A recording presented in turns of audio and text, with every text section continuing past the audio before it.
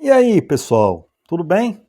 De antemão, agradeço a sua companhia, um prazer enorme estar aqui com você para mais esse nosso encontro, né? Hoje a gente vai resenhar um filme, né? Uma super produção de 1956, Os Dez Mandamentos, um filme extremamente relevante, né? Eu tinha assistido na minha juventude, na Rede Globo, eu acho, e assisti de novo agora e fiquei impressionado como esse filme é relevante nos dias de hoje, né? Especificamente essa superprodução.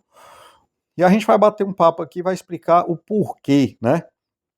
Quem assiste o canal sabe que há uns 2 vídeos atrás, né, novas aquisições futura resenha, eu fui num sebo, numa livraria de livros usados, comprei outro DVD, que é o que eu queria, Assim Caminha a Humanidade, que eu já fiz a resenha no canal, não perca essa resenha, e topei com esse aqui, e acabei comprando meio que por impulso, né?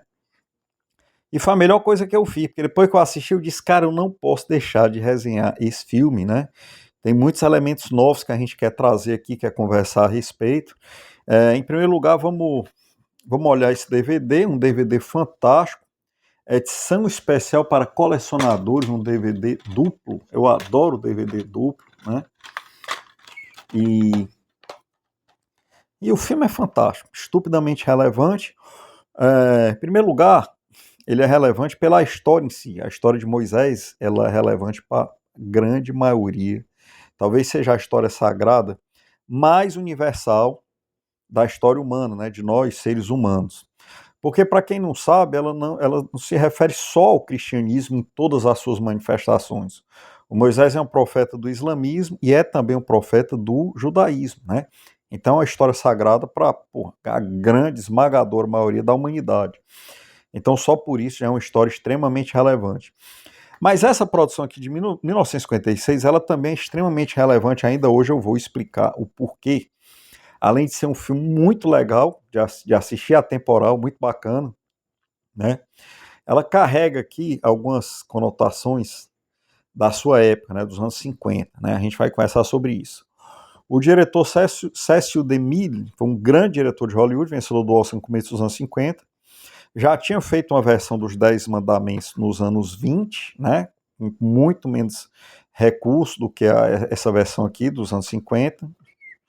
E ele resolveu retomar essa história, né? Já com outra, com muito mais elementos para fazer aquelas cenas, efeitos especiais e tal, que hoje a gente olha, a gente ri, né? Comparado com o que existe hoje, computação gráfica, assim, já isso aqui não é nada. Mas na época impressionou demais, né? O filme foi vencedor do Oscar de efeitos especiais e multidões lotaram as salas de cinema, foi o recorde de bilheteria da história até então, né?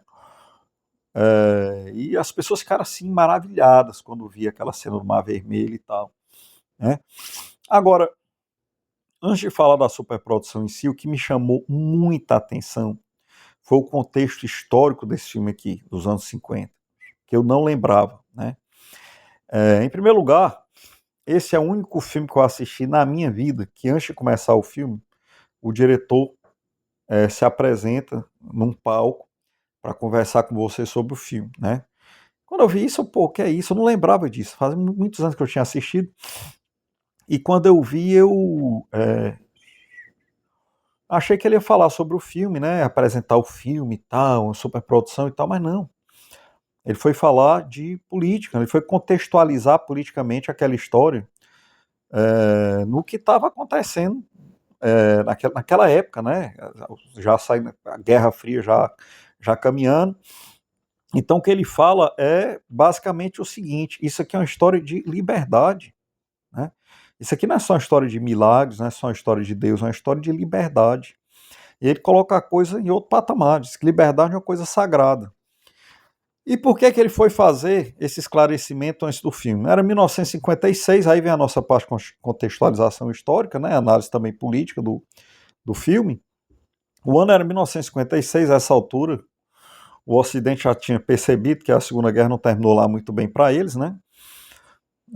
Houve a queda do regime nazista, mas depois veio a ascensão de um bloco comunista muito forte entre os dois países, entre os dois maiores países do mundo. Então a coisa não estava bonita, né? Então, para contextualizar melhor, exatamente na época que foi feito esse filme aqui, estava acontecendo Isso aqui na União Soviética, né?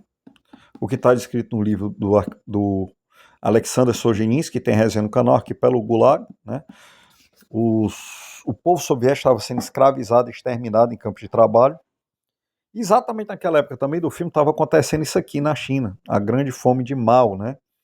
Ou seja, o regime comunista chinês estava usando a fome como arma de destruição em massa contra o seu próprio povo, exterminando 45 milhões de chineses, né?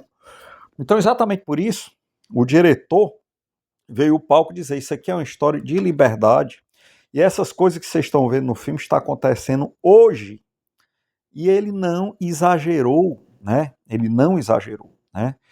Ele disse que a liberdade era uma coisa sagrada, ele foi até mais além. Ele disse que ele colocou a liberdade como uma coisa sagrada, né? Então a gente não se ajoelhar perante o mal seria uma obrigação sagrada, né? Já que ele diz que o homem nasceu para viver sobre as leis de Deus e não sobre as leis dos homens, né? Não para ser escravizados por outros homens. É exatamente o que ele diz, o que ele vai ao palco falar com você antes do filme e explica. Porque era exatamente essas coisas que eu mostrei que estavam acontecendo exatamente na época que o filme foi feito. Ah, mas você também mostrou esse livro na resenha do Assim Caminha a Humanidade. Cara, o Assim Caminha a Humanidade também é de 1956. Os dois são exatamente do mesmo ano. Então é importante a gente fazer também essa conta. Todo filme, o canal é apartidário, mas não é apolítico. Toda resenha ela tem, os filmes têm o viés político, né? Eu não estou falando nenhuma mensagem subliminar, não estou falando nenhuma análise subjetiva da minha parte. O diretor foi lá e falou explicitamente, diretamente, que isso que está sendo mostrado no filme estava acontecendo hoje, no caso 1956, né? E assim, eu notei que quando a gente analisa esse viés político de algumas obras, mesmo o canal sendo apartidário, eu perco alguns inscritos, mas sinceramente, eu não estou nem aí. Aqui é lugar de fazer resenha séria, né? Aqui a gente quer falar do que a gente acha que é realmente relevante. Então, uma obra dessa que o diretor sobe ao palco para dizer uma coisa, se eu não comentar, é uma resenha no mínimo superficial, né? Então, vamos lá. Então, o filme é uma super produção, uma mega mobilização. Eu adoro esse tipo de coisa, essas super produções antigas, né? Então, aqui tu tem dezenas de milhares de figurantes, dezenas de milhares de vaca, cavalo, jumento, camelo, né? Locações no Egito, ou seja, milhões investidos, né? E hoje em dia você não tem mais necessidade de fazer essas mobilizações tão grandes de recursos e pessoas, porque você tem a computação gráfica, né? Assim, já no instante tem isso um estádio. E nessa época não, era na tora mesmo, com gente e tal. Então, no filme ele conta exatamente a história retratada no livro Êxodos da Bíblia, né? Que é a história da libertação do povo hebreu, que era escravizado pelos egípcios, por um líder chamado Moisés, que foi criado entre os egípcios, era um hebreu que foi criado entre os egípcios, mas ele liberta o povo e o conduz ao que seria a terra prometida, né? No caso, a Palestina, né? Onde é hoje o Estado de Israel, né? Atravessa o Mar Vermelho, conduzindo o seu povo. Então, essa história é retratada nessa superprodução. Os efeitos especiais na época, eu gosto inclusive de efeitos especiais, embora hoje pareçam bastante rudimentares, na época foram assim, eles deixaram as pessoas maravilhadas, né? Então você tem inclusive animações também, aquela cena que ele joga o cajado e vira cobra, animações. E o filme pegou emprestado o especialista em animações lá dos estúdios Disney para viabilizar todas essas histórias bíblicas, né? E a cena mais icônica é, de fato, já mais por fim do filme, a abertura do Mar Vermelho, né? Que as plateias que chocou plateias do mundo todo, as pessoas lotaram o cinema, as salas de cinema no mundo todo para ver essa cena. Então é um filme assim fantástico, fantástico. O elenco é uma atração à parte, né? O elenco, na realidade, é a base de qualquer filme, né? E a gente tem o fantástico Charlton Heston como Moisés. O Charlton Heston, em 5 anos, fez Moisés e Ben-Hur, né? não precisava fazer mais nada, né? Não precisava fazer mais nada na carreira, né? Conseguiu fazer Moisés e Beú em menos de 5 anos. Ele está fantástico no papel. A gente tem aqui um Moisés extremamente viril em todos os aspectos. O Charlton Heston conseguiu passar essa.